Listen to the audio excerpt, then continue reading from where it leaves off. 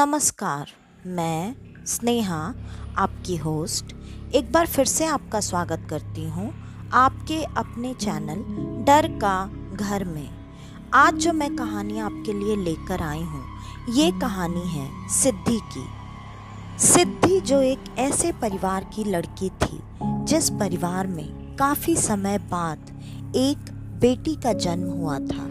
सिद्धि भी 3 भाइयों में इकलौती बहन थी और सिद्धि से उसके माता पिता काफ़ी खुश थे और सबसे ज़्यादा लाड और प्यार भी करते थे। वो भाइयों की भी बहुत ज़्यादा लाडली और प्यारी बहन थी, क्योंकि कई अरसे बाद उस घर में बेटी का जन्म हुआ था। भाइयों को बहन मिली थी, माँ बाप को और चाचा चाची, फूआ फूफा, सबको एक बेटी का सुख मिला था। सब लोग उससे अपने जान से भी ज़्यादा प्यार करते थे। सिद्धि की कॉलेज की पढ़ाई पूरी हो चुकी थी। अगर एक तरह से देखा जाए तो अब उसकी उम्र आ चुकी थी कि उसके लिए कोई अच्छा रिश्ता, कोई अच्छा लड़का देखा जाए। लेकिन उसके घर में उसके रिश्ते की बात तक चलाई नहीं जाती थी। ना तो रिश्तेदारों ने ये बात कभी छेड़ी थी और ना ही परिवार वालों ने। कुछ समय में सिद्धि के देखते देखते उसकी सारी सहेलियों की बारी बारी शादी करवा दी गई। अब सिद्धि ही ऐसी बची थी जिसकी शादी नहीं की गई थी। कुछ समय तक तो सिद्धि ने इस बारे में कभी किसी से कोई सवाल जवाब नहीं किया, क्योंकि वैसे भी ये एक लिहाज, एक पर्दे वाली बात होती है। कोई लड़की खुद अपने माता पिता से अपने शादी के बारे में बात कैसे कर सकती है। सिद्धि के अंदर भी वही लिहाज, संस्कार और गुण थे। इसलिए काफ़ी समय तक सिद्धि तो चुप थी, लेकिन अब आस पड़ोस वाले बातें बनाने लगे। सिद्धि के कुछ भी कहने से पहले हमेशा उसके भाई, माता पिता, रिश्तेदार, सारे लोग पड़ोसियों को जवाब देकर चुप करा दिया करते थे। लेकिन धीरे धीरे अब ये बात सिद्धि के मन में भी उठने लगी थी, क्योंकि किसी लड़के का रिजेक्ट करना अलग बात होती है और कभी कोई रिश्ता ही ना देखना ये अलग बात होती है। और सिद्धि के लिए तो ऐसा पॉसिबल ही नहीं था कि सिद्धि को कोई लड़का देखे और नापसंद कर दे, क्योंकि सिद्धि एक सर्वगुण संपन्न लड़की थी जिसको अगर कभी भी कोई भी लड़का देखता तो उसे शादी के लिए मना कर ही नहीं सकता था। सिद्धि देखने में भी काफ़ी खूबसूरत थी और तो और उसके अंदर बाकी के सारे गुण भी कूट कूट कर भरे हुए थे। उसने अपनी पढ़ाई भी बहुत अच्छे नंबरों से पास की थी। उसके अलावा घर के कामों में वो जितनी परफेक्ट थी उतनी परफेक्ट तो शायद उसकी माँ, मासी, चाची, कोई भी औरत उसके घर की नहीं होगी। सिद्धि को घर के काम करने में बहुत अच्छा लगता था। घर को खूबसूरती से कैसे सजाना है, ये सिद्धि की खासियत थी। कुछ समय तक तो सिद्धि अपना मन मारकर इस सवाल को अपने अंदर ही दबाकर चुपचाप बैठी रही, लेकिन बार बार आस पड़ोसियों के मुंह से उसके बारे में अजीब अजीब बातें सुनने के बाद अब सिद्धि का मन भी पूरी तरह से टूट चुका था। आखिरकार आज उसने अपनी माँ से इस बारे में बात करने के बारे में सोचा और सिद्धि जब अपनी माँ के साथ अकेले बैठकर घर के छोटे मोटे कामों में उनकी मदद कर रही थी, तब सिद्धि ने बहुत डरते हुए, हिचकिचाते हुए अपनी माँ से ये बात पूछ ही ली। माँ, क्या बात है?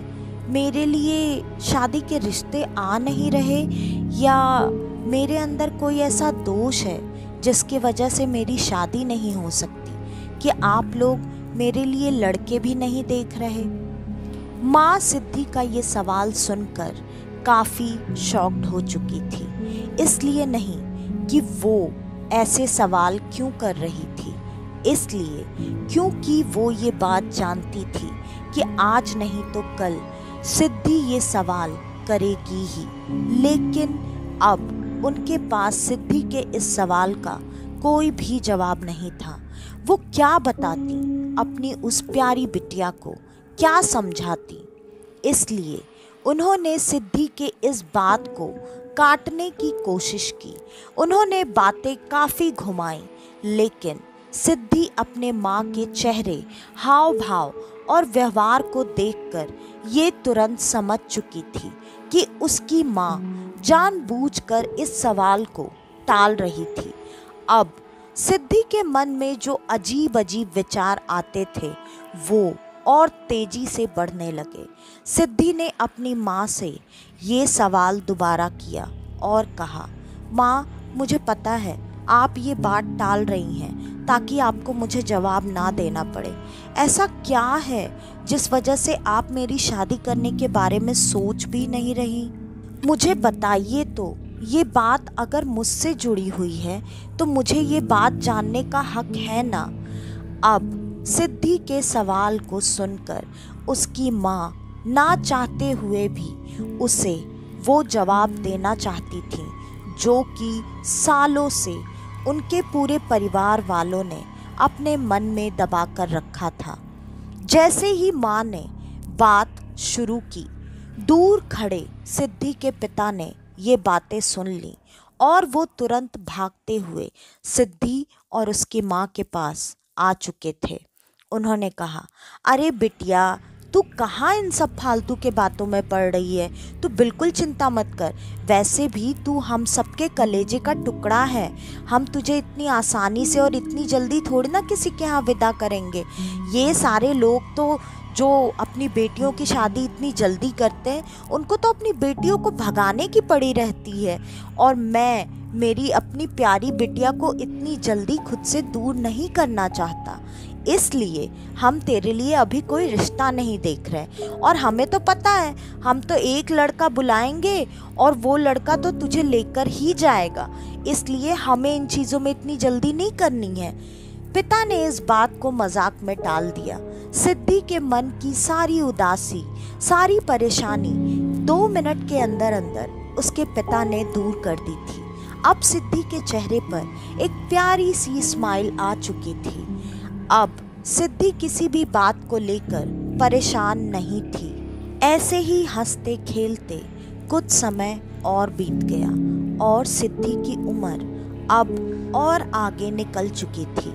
वैसे भी उम्र किसी के लिए बैठी नहीं रहती, ये तो हम सब जानते हैं। अब धीरे धीरे अगर कहा जाए तो सिद्धि उस उम्र में जा रही थी जिसके बाद कहा जाता है कि लड़कियों के लिए अच्छा रिश्ता मिलना काफ़ी मुश्किल होता है।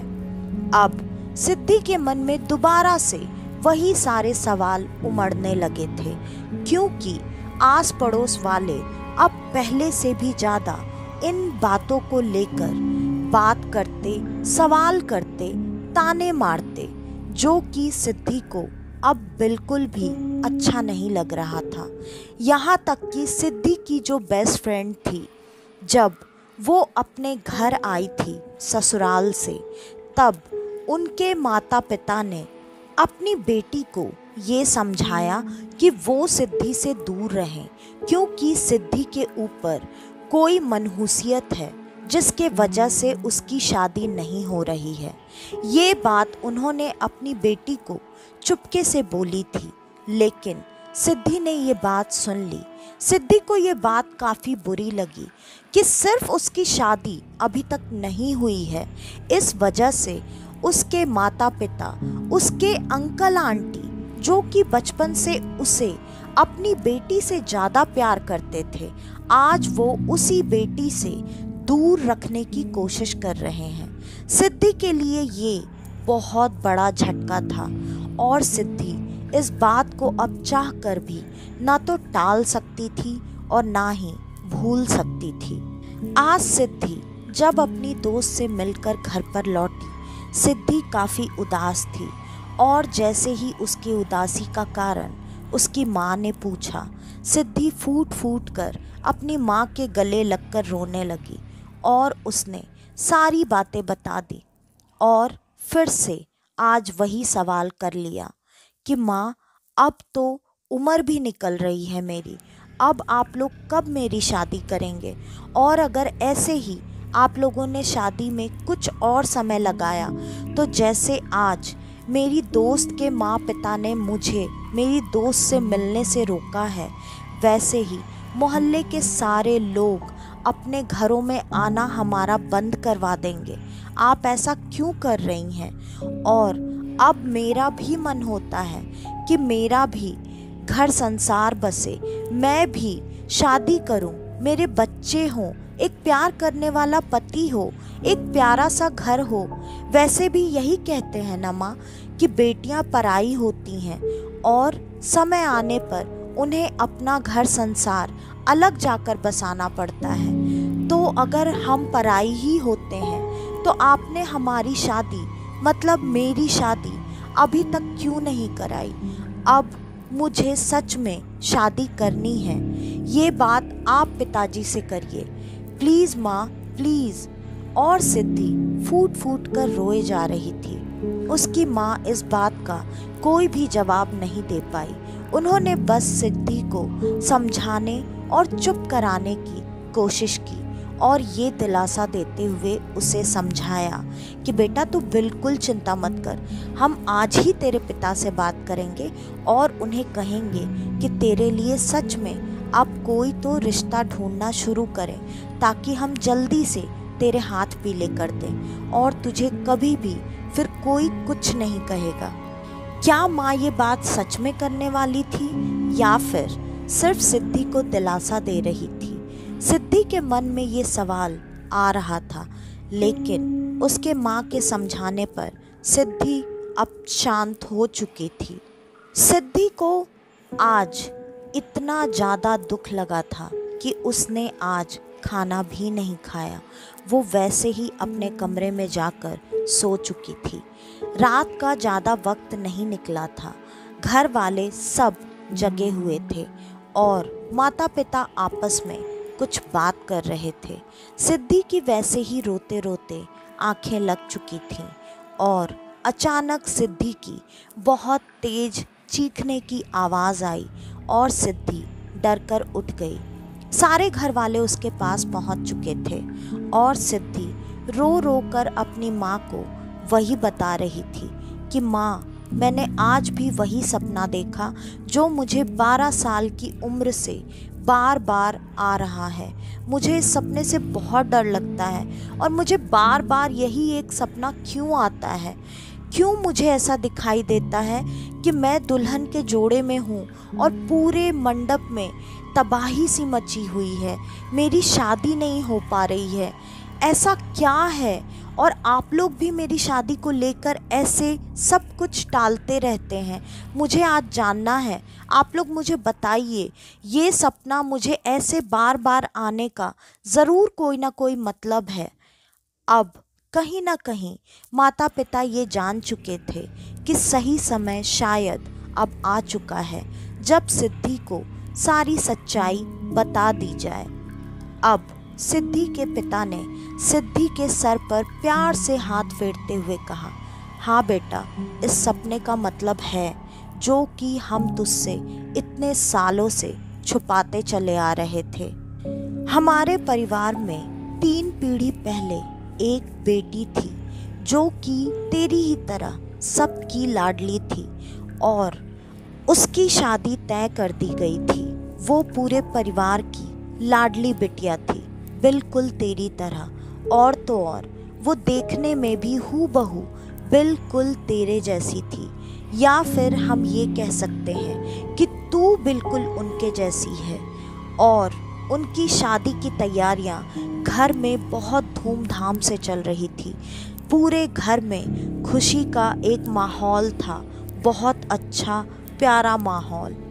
और शादी की रात को ही अचानक से पता चला कि दूल्हे के परिवार में किसी की मृत्यु हो गई है, ठीक बारात के निकलने से पहले। ये बात जैसे ही पता चली, पूरे परिवार वालों ने तेरी उस बुआ को ही मनहूस मान लिया और बारात नहीं आई, उनकी शादी नहीं हुई। ये सदमा उनके पिता बर्दाश्त नहीं कर पाए, क्योंकि वो गांव के सबसे प्रतिष्ठित व्यक्तियों में से एक थे। उनकी गांव में एक अलग ही पहुंच पकड़ सब कुछ थी और उनके दिमाग में हजार बातें आने लगी। इस वजह से उन्होंने अपनी जान दे दी।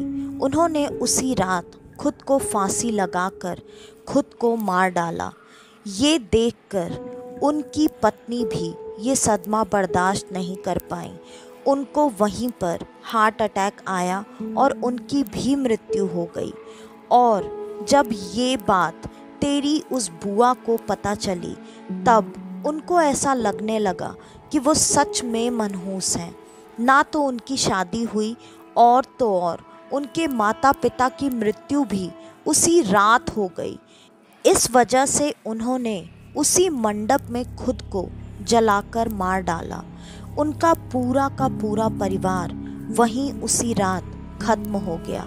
लेकिन मरने से पहले तेरी बुआ ने ये कहा था कि अब इस परिवार में कोई लड़की पैदा नहीं होगी और अगर होगी तो उसकी शादी कभी मैं होने नहीं दूंगी, क्योंकि सिर्फ एक इस शादी के वजह से मेरा पूरा परिवार आज खत्म हो गया और मैं भी खत्म हो गई।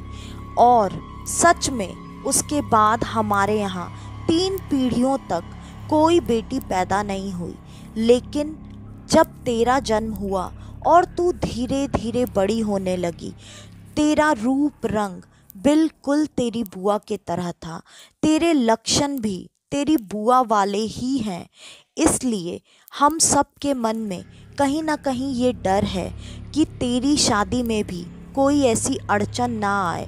और ऐसे किसी हादसे से बचने के लिए, उस श्राप से बचने के लिए हमने आज तक ना तेरी शादी की और ना ही तेरी शादी की कभी कोई बात की। ये बात सुनते ही सिद्धि तुरंत हंसने लगी और उसने कहा, पिताजी आप भी कौन से ज़माने में जी रहे हैं। ठीक है, बुआ और उनके परिवार के साथ बहुत बुरा हुआ, मैं भी ये मानती हूँ, लेकिन श्राप राप जैसी कोई चीज़ नहीं होती है।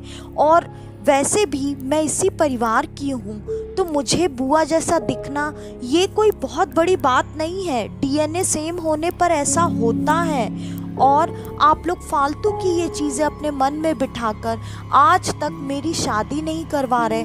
प्लीज़ आप लोग मेरी बात सुनिए और एक बार ये जो मैं कह रही हूँ वो मानकर मेरी शादी तय कीजिए। देखिए आप सबके मन से ये वहम पूरी तरह से चला जाएगा।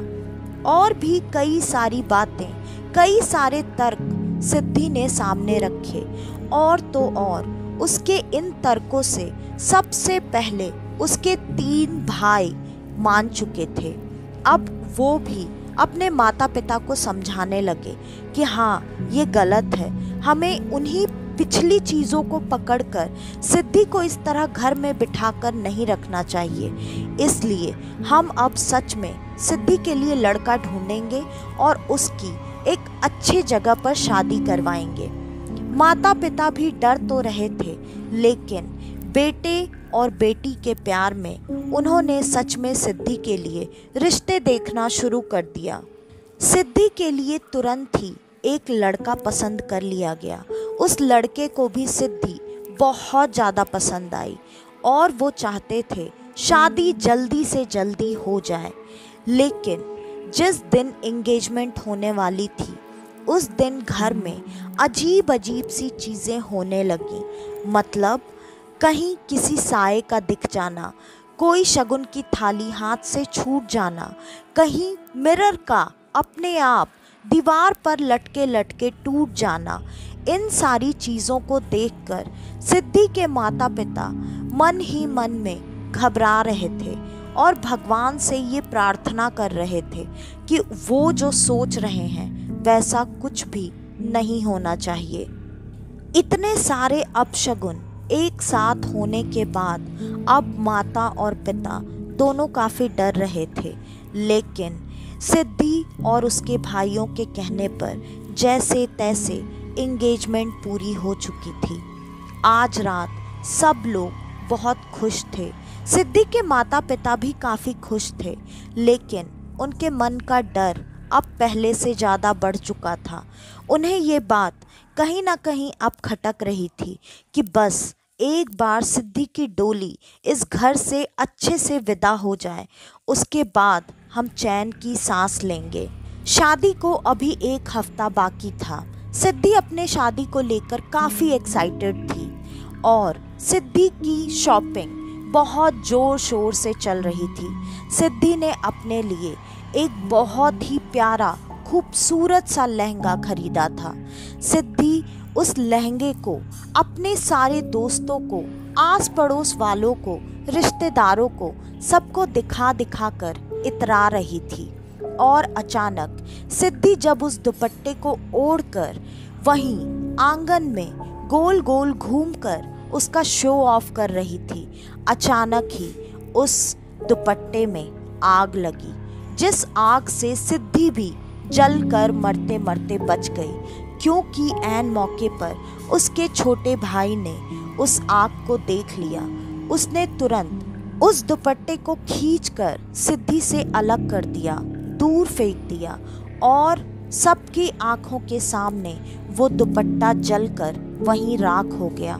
सिद्धि अब काफ़ी उदास हो चुकी थी, लेकिन भाई ने अपनी बहन को बड़े प्यार से समझाते हुए कहा, अरे पगली, एक दुपट्टा ही तो है, उसमें कौन सी बड़ी बात है, हम जाकर दूसरा नया लेकर आएंगे। फिर सिद्धि ने कहा, अरे भैया आप समझ नहीं रहे हैं यार, ये सेट वाला दुपट्टा था। भाई ने कहा, अरे कोई नहीं पगली, तेरे लिए हम नया लहंगा ले लेंगे, तू इतना क्यों परेशान हो रही है। ठीक है, वो आग लग गई होगी किसी तरह से, जाने दे, कोई बात नहीं। कहीं ना कहीं ये बात अब धीरे धीरे सिद्धि के भी मन में आने लगी थी, लेकिन सिद्धि अपने डर को, अपने घबराहट को किसी के सामने दिखाना नहीं चाहती थी। सिद्धि अपने कमरे में बैठी हुई थी। उसके आंखों के सामने बार बार वही दुपट्टे में आग लगने वाला मंजर दिखाई दे रहा था। सिद्धि बहुत सारी बातें सोच रही थी। तभी अचानक उसे ऐसा लगा जैसे उसके पीछे कोई आकर बैठ गया हो। सिद्धि ने तुरंत एक झटके से पलटकर देखा, लेकिन जब उसने देखा तो वहाँ पर कोई भी नहीं था। लेकिन सिद्धि को ये वहम नहीं हुआ था कि उसके पीछे कोई आकर बैठा था, क्योंकि सिद्धि को जब किसी के बैठने का एहसास हुआ तब सिद्धि के बाल उस इंसान के या उस शक्ति के वहाँ बैठने पर उससे दब गए थे, जिससे सिद्धि को साफ साफ ये बात समझ में आ रही थी कि उसके पीछे कोई तो है, लेकिन उसे दिखाई कोई भी नहीं दिया था। इसलिए सिद्धि ने अपने मन को समझाकर जैसे तैसे शांत कर लिया और वो वापस से कुछ और कामों में लग चुकी थी। जो चीज़ें वो लेकर आई थी और जो चीज़ें उसे अभी लेना बाकी थी, उन सारी चीज़ों की वो लिस्टिंग कर रही थी। और अचानक उसके कान में धीरे से खुसफुसाती हुई एक आवाज़ आई, तेरा काजल रह गया है। ये आवाज़ सुनते ही सिद्धि घबरा गई, लेकिन फिर से उसने जब पीछे पलटकर देखा, उसके कमरे में तो कोई नहीं था। उसके कमरे का दरवाज़ा भी अंदर से लगा हुआ था। फिर ये खुसफुसाने की इतनी साफ साफ आवाज़ जो सिद्धि को सुनाई दी थी, वो किसकी थी, वो कहाँ से आई थी। और जब सिद्धि ने अपना वो लिस्ट चेक किया तो सच में उसमें काजल बाकी रह गया था। सिद्धि ने अपने लिए काजल नहीं खरीदा था। सिद्धि को काजल लगाना बहुत ज़्यादा पसंद था और यही सेम आदत उसकी बुआ की भी थी। उनकी भी आंखें कभी बिना काजल के सूनी नहीं रहती थी। सिद्धि अपना काजल लेना कैसे भूल गई, ये बात सिद्धि को भी समझ में नहीं आ रही थी। और तो और उसे जिसने ये बात याद दिलाई, ऐसे उसके कानों में धीरे से बताकर वो आवाज़ किसकी थी, कौन था जो उसे उसकी चीज़ों के लिए याद दिला रहा था। सिद्धि ने फिर से एक बार इन चीज़ों को अनदेखा किया और अब अपनी थोड़ी बहुत चीज़ों की पैकिंग खुद से शुरू की।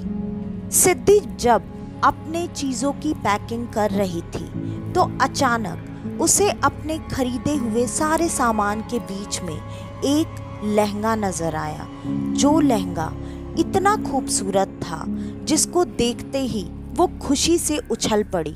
लेकिन सिद्धि ने तो ये लहंगा नहीं खरीदा था। फिर सिद्धि के मन में ये ख्याल आया कि हो सकता है मेरा दुपट्टा जलने के वजह से किसी भाई ने ये लहंगा उसके लिए खरीद दिया हो। लेकिन ऐसा कैसे हो सकता है, दुपट्टा तो अभी थोड़ी देर पहले ही जला था।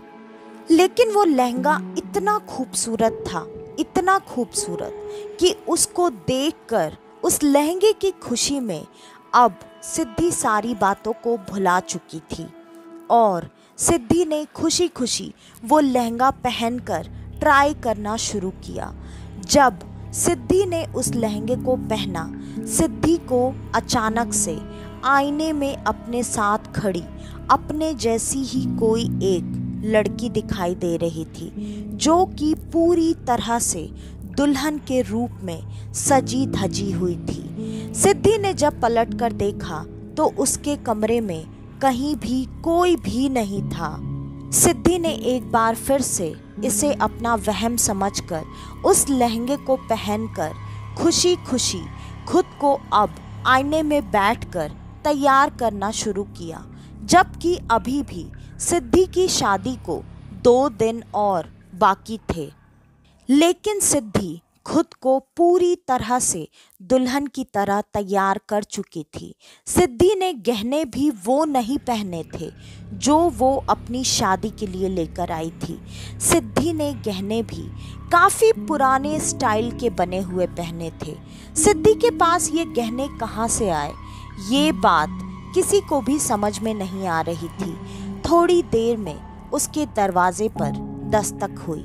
सिद्धि ने जब दरवाज़ा खोला तो सामने उसकी माँ खड़ी थी और सिद्धि की माँ ने जैसे ही सिद्धि को वैसे दुल्हन के रूप में तैयार देखा, तुरंत उनके आंखों में आंसू छलक आए और उन्होंने अपनी बेटी को प्यार से एक काला टीका लगाते हुए कहा, मेरी बेटी को किसी की नज़र नहीं लगनी चाहिए। और माँ ने भी इन चीज़ों पर ध्यान नहीं दिया कि सिद्धि ने क्या कपड़े पहने हैं, सिद्धि ने कौन सी ज्वेलरी पहनी है। सिद्धि मुस्कुराने लगी और माँ वहाँ से अब जा चुकी थी। शादी की तैयारियों और चहल पहल में पूरा घर मेहमानों से भरा हुआ था।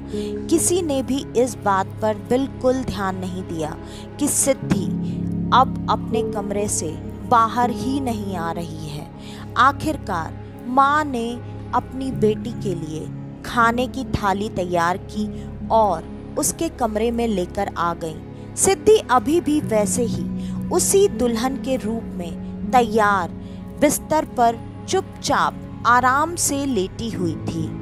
माँ ने कई बार सिद्धि को आवाज़ दी, लेकिन सिद्धि जवाब नहीं दे रही थी। माँ को ऐसा लगा सिद्धि को थकावट हो गई होगी, इसलिए वो सो गई है। और फिर सब लोगों ने अपना अपना खाना खाया। सब लोग थोड़ी देर के लिए आराम करने के लिए चले गए। अचानक से रात में सिद्धि के कमरे से बहुत तेज तेज गुर्राने की, कभी चीखने चिल्लाने की तो कभी हंसने की आवाज़ें आने लगी।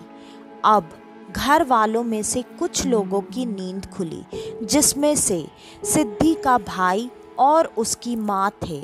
वो भागते हुए सबसे पहले सिद्धि के कमरे में पहुँचे। जब वो वहाँ पर पहुँचे तो सिद्धि ने कपड़े तो अभी भी दुल्हन वाले ही पहन रखे थे, लेकिन सिद्धि के बाल पूरी तरह से बिखरे हुए थे। वो बिस्तर पर बैठकर हिलते हुए जोर जोर से गुर्रा रही थी।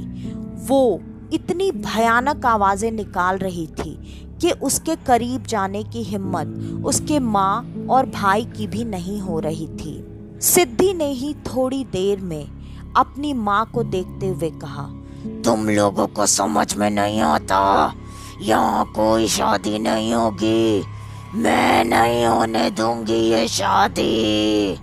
सिद्धि बार बार यही बात दोहरा रही थी। अभी तक जो ख्याल, जो डर सबके मन में था, वो डर अब सबके सामने आ चुका था।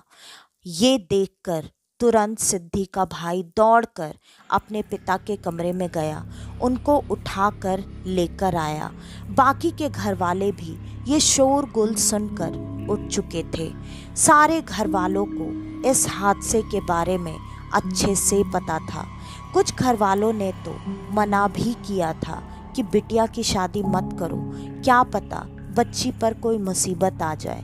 लेकिन माता पिता सिद्धि और उनके भाइयों के समझाने की वजह से अब अपनी बिटिया की शादी करना चाहते थे और उसका नतीजा सबके सामने था। सारे घर वाले ये बात समझ चुके थे कि सिद्धि के साथ अब कौन है। सिद्धि वहाँ अकेली नहीं है। घर वालों ने इन चीज़ों में बिल्कुल भी देर नहीं लगाई। माँ ने इस बात की तैयारी पहले से कर रखी थी कि अगर ऐसा कुछ होता है तो हमें इसके आगे क्या करना है।